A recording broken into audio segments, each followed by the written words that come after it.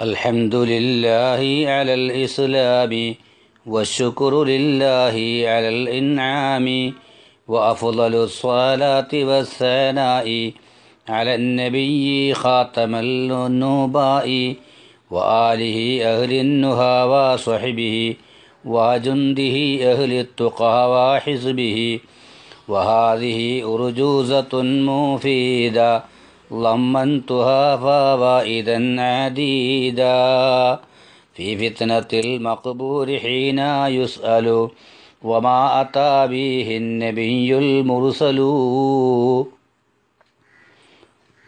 الحمد لله والصلاة والسلام على رسوله الكريم وعلى آله وصحبه أجمعين. പ്രിയപ്പെട്ട സഹോദരങ്ങളെ, ബഹുമാനപ്പെട്ട ജലാലുദ്ദീൻ സുയൂത്തി റളിയല്ലാഹു അൻഹു തങ്ങളുടെ കിതാബ് സുആലി വൽ ജവാബ് എന്ന 174 വരികളുള്ള ഒരു കാവ്യത്തിൻ്റെ ആരംഭമാണ് ഈ ചൊല്ലിയത്. ഖബറടക്കപ്പെട്ട മനുഷ്യരുടെ ഖബറിലെ ചോദ്യവും അതിൻ്റെ മറുപടിയും സംബന്ധമായ സമഗ്രമായ ഒരു പഠനമാണ് ഈ കിതാബ്. സുആല് ബൈത്ത് എന്ന പേരിൽ പഴയ കാലം മുതൽ അറിയപ്പെട്ടു വരുന്നു. ഈ അടുത്തയിടെയായി ബഹുമാന്യനായ കോടമ്പുഴ ബാവ മുസ്ലിയാർ ആ കൃതിക്ക് എഴുതിയ ഒരു വ്യാഖ്യാനം ശർഹ് അത് മുമ്പിൽ വെച്ചുകൊണ്ടുള്ള ഒരു പഠനമാണ് ഇവിടെ നടത്തുന്നത്. യഥാർത്ഥത്തിൽ സഹാബുദ്ദുലാൽ എന്ന പേരിൽ എഴുതിയിട്ടുള്ള ഈ ഗ്രന്ഥത്തിൻ്റെ ആകത്തുക സാധാരണക്കാർക്ക് വേണ്ടിയുള്ള ഒരു വിശദീകരണം ആയതുകൊണ്ട് പണ്ഡിതന്മാർക്ക് ആവശ്യമാകുന്ന അത്രയും ഡീപ്പായി വിശദമായി ഇത്തരം ഒരു ചെറിയ ക്ലിപ്പുകളിൽ സംസാരിക്കാൻ കഴിയില്ല എന്നത് യാഥാർത്ഥ്യമാണ്. അവർക്ക് ഈ കിതാബ് മുതാലാ ചെയ്യാനും വായിക്കാനുമുള്ള ഒരു പ്രചോദനവും കൂടിയാവുകയും സാധാരണക്കാരായ ജനങ്ങൾക്ക് അത് സംബന്ധമായ ഒരു പഠനം നൽകുകയുമാണ് നമ്മുടെ ഉദ്ദേശം. അല്ലാഹു തആല മനുഷ്യലോകത്തെ സൃഷ്ടിച്ചത് അവന് ഇബാദത്തെടുക്കാൻ വേണ്ടി മാത്രമാണ് എല്ലാവർക്കും അറിയാം. അവൻ ജീവിച്ചിരിക്കുന്ന ഓരോ ശരീരവും മരണത്തെ വരിക്കും എന്നതിൽ തർക്കമില്ലാത്ത കാര്യമാണ്. മരണശേഷം എന്ത് എന്നത് സംബന്ധമായാണ് അടുത്ത പഠനം. മരണം എന്നത് പൂർണ്ണമായും നിശേഷമായും ഇല്ലാതെയാവുകയാണ് എന്ന് ചിലർ വാദിക്കുന്നു. വേറെ ചിലർ മരിച്ചു കഴിഞ്ഞാൽ പുനർജന്മമോ വിചാരണയോ ഒന്നുമില്ല എന്ന് വിചാരിക്കുന്നു. വേറെ ചിലർ മരണത്തോടുകൂടി സകലതും അവസാനിച്ചിരിക്കുന്നു, അവർക്ക് സുഖമോ ദുഃഖമോ മറ്റോ ഒന്നും ഖബറിലോ മറ്റോ ഇല്ല എന്ന് വിചാരിക്കുന്നു. വേറെ ചിലരാകട്ടെ മരണത്തോടുകൂടി ആത്മാവ് ശേഷിക്കും, ശരീരം ദ്രവിച്ച് മണ്ണായി ലയിച്ചു പോകും, അതിന് പുനരുദ്ധാനമോ പുനർജന്മമോ സുഖമോ ദുഃഖമോ ഒന്നും ഇല്ല എന്ന് വിചാരിക്കുന്നു. എന്നാൽ ഇതെല്ലാം പിഴച്ച തെറ്റായ ധാരണകൾ മാത്രമാണ്. അതേ സംബന്ധിച്ച് സത്യം പറഞ്ഞാൽ ബലിൽ ഹഖു അന്നൽ മൗത മഅനാഹു തഗയ്യുറു ഹാലിൻ ഫഖത്ത്. മനുഷ്യൻ്റെ ഒരു ചേഞ്ചിങ് മാത്രമാണ് യഥാർത്ഥത്തിൽ മരണം. മനുഷ്യൻ എന്നത് യഥാർത്ഥത്തിൽ ദേഹമല്ല, ദേഹിയാണ്, അഥവാ റൂഹാണ്.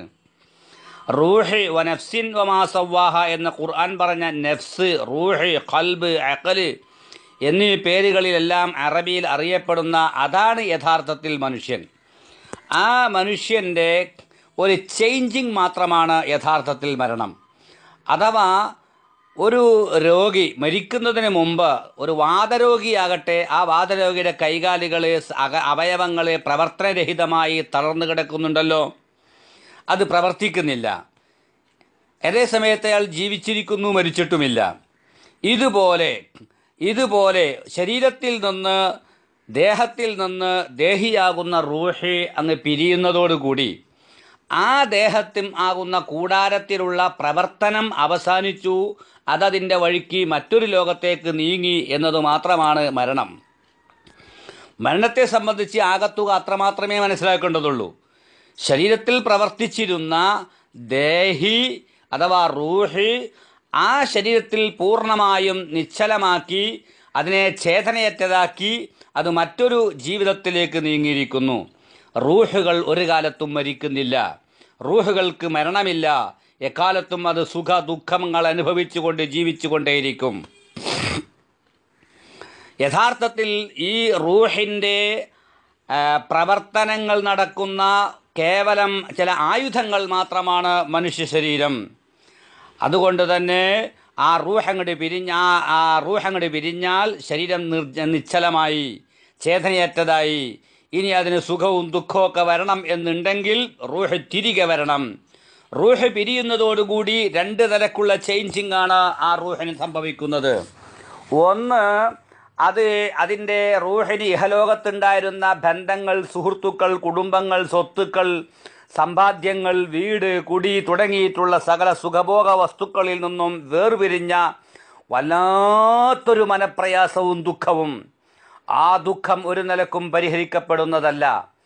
അങ്ങനെ ഇഹലോകത്ത് കൂട്ടുകുടുംബങ്ങളോ ബന്ധങ്ങളോ അല്ലെങ്കിൽ സ്വത്തുക്കളോ സുഖഭോഗ വസ്തുക്കളോ ഒന്നും ബന്ധമില്ലാതെ കേവലം അള്ളാഹുവിൻ്റെ ദിക്ർ, ഫിക്ർ, ഇബാദത്ത് മാത്രമായി കഴിയുന്ന റൂഹായിരുന്നുവെങ്കിൽ അത്രമാത്രം ദുഃഖങ്ങളോ ഇല്ലാതെ ആ റൂഹുകൾക്ക് കൂടുതൽ സന്തോഷം മാത്രമേ ഉള്ളൂ. അതാണ് അന്നാസു നിയാമുൻ വഇദാ മാതുൻ തബഹു.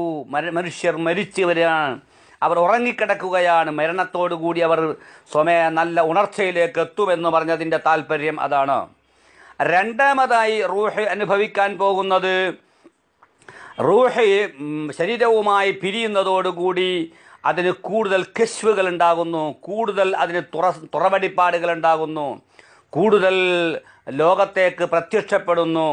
ഒരുപാട് കാര്യങ്ങൾ ആ റൂഹിന് അനുഭവത്തിലേക്ക് വരികയാണ്. ഉറങ്ങിക്കിടക്കുന്ന ആൾ ഒന്നും അറിയുന്നില്ല, ഉണർച്ചയിലാകുമ്പോൾ അറിയുന്നുണ്ടല്ലോ സകല കാര്യങ്ങളും എന്നതുപോലെ ശരീരത്തിൽ ബന്ധിച്ചിരിക്കുമ്പോൾ അറിയാത്ത ഒരുപാട് കാര്യങ്ങളിലേക്ക് മരണത്തോടുകൂടി, വേർപിരിയലോടുകൂടി റൂഹി സജീവമാവുകയാണ്.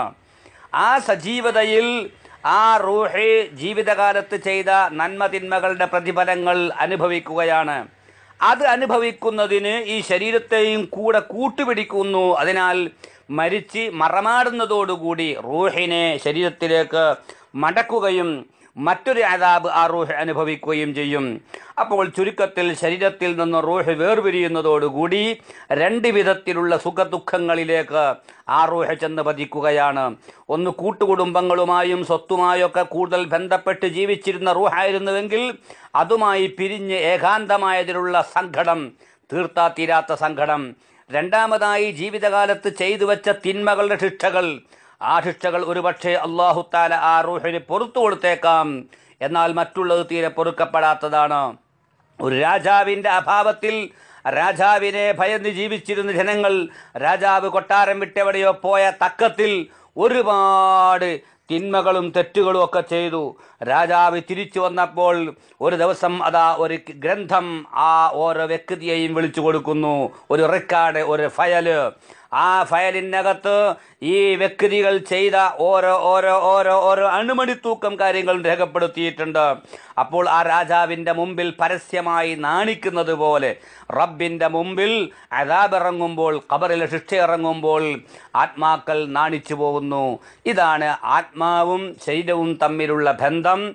ആ ബന്ധത്തിൽ ആത്മാവിനുണ്ടാകുന്ന ചേഞ്ചിങ് ആണ് യഥാർത്ഥത്തിൽ മരണം. രണ്ടാമതായി ഇനി നമുക്ക് ഖബറിലെ ചോദ്യത്തെ സംബന്ധിച്ച് പഠിക്കാം. വആഖിറു ദഅ്വാനാ അനിൽ ഹംദുലില്ലാഹി റബ്ബിൽ ആലമീൻ.